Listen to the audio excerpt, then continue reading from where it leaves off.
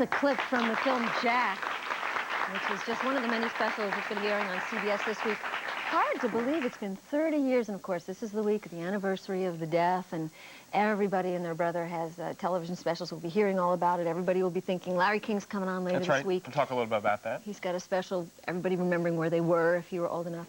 Well, there was a young man who pretty much remembers everything about that time.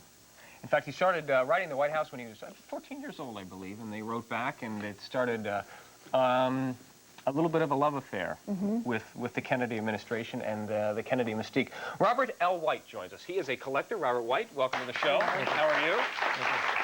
Is that fair to say, a love affair?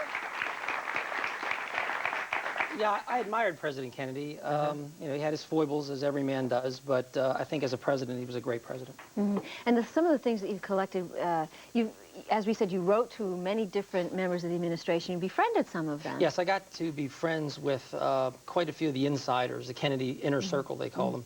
And not all of them give things to the Kennedy Library. A lot of times they share them with other people, and they're all in their 80s now, so the past 20 years, I purchased unbelievably incredible items from these people. Let's take a look at some of them. I'm thinking of the wallet, first of all. When you were a young man, somebody showed you this in their house. This was his wallet from 1958 to 1962, and it has his driver's license in it with a money clip on there that Jackie gave him on their first wedding anniversary. And you purchase these and you take exquisite care of them, and is that part of the reason that people are willing to give them to you? Yes, absolutely. When you see presidential collections, usually they encompass signed things, which anybody can have, or buttons and badges and pins. What you see here and what I have in my museum is over 1,000 personal items, things that are one of a kind, usually.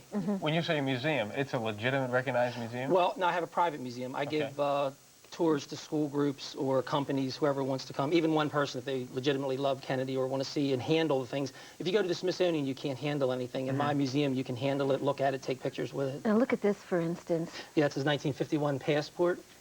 And, now there's no denying that this was his. Yeah, he traveled all over the world with it. In fact, ironically, it was his first trip to Vietnam. And you have it recorded in there? Yes. That's astonishing. And his watch as well? His watch Kennedy that he was given on the night he was elected president, and it was given by a close friend, Grant Stockdale, and the back of the watch is engraved, and it's a gold Omega, and there's a picture here of Kennedy wearing the watch in his particular favorite family portrait. As we look at some of the other things, there's ties over here, pen and pencil sets. Yeah. What is that? Some people would think that a collection like this might be a little ghoulish, you know, someone who's died. What does it do for you to have these things? Well, it's things the president touched. If you go to the Smithsonian right here in town, they have a President's Hall, and you'll see all kinds of things, Washington memorabilia, George Washington. People have been collecting presidential memorabilia ever since the first president, George Washington, when he stepped off the podium when he was inaugurated in New York. And people have just collected presidential material, and it's a fascination with it for many, many years. The glasses that were available to him? Yes, they were in the fourth car in Dallas. They bulge out his pocket, and he wanted to look good campaigning, so if he needed sunglasses that day, he would have asked for them. What are the significance of the photographs here? Is that to prove some of the photographs items? are rare. That one there is unpublished of Kennedy, and he's smoking a cigar, which he enjoyed to do after dinner and things like that. You occasionally see him lighting up. And one of the cigars, ironically, they're Cuban cigars, and that's here. The Cuban cigar. Yeah. Another, he was a famous doodler, and there's a doodle he made at the Beverly Hills Hilton Hotel. First, I guess with the anniversary of the 30-year to the assassination, this has really kind of captured our attention, and everybody on the staff has been coming up and looking. They're my particular favorites, too. What are these, Robert? They are the flags that were on the car in Dallas. They were used all during his presidency, but more poignantly, they were on that car that fateful day in Dallas. If you remember the famous Agruda film, there were there's little color. Yeah, her pink suit stands out, and these flags. Here's a shot of the car. There's a shot about 20 seconds before he was killed. And there's the flag. The flags were kept in a sheath on the car, and when the president went into the car, they were unfurled. That's why they're in such nice condition.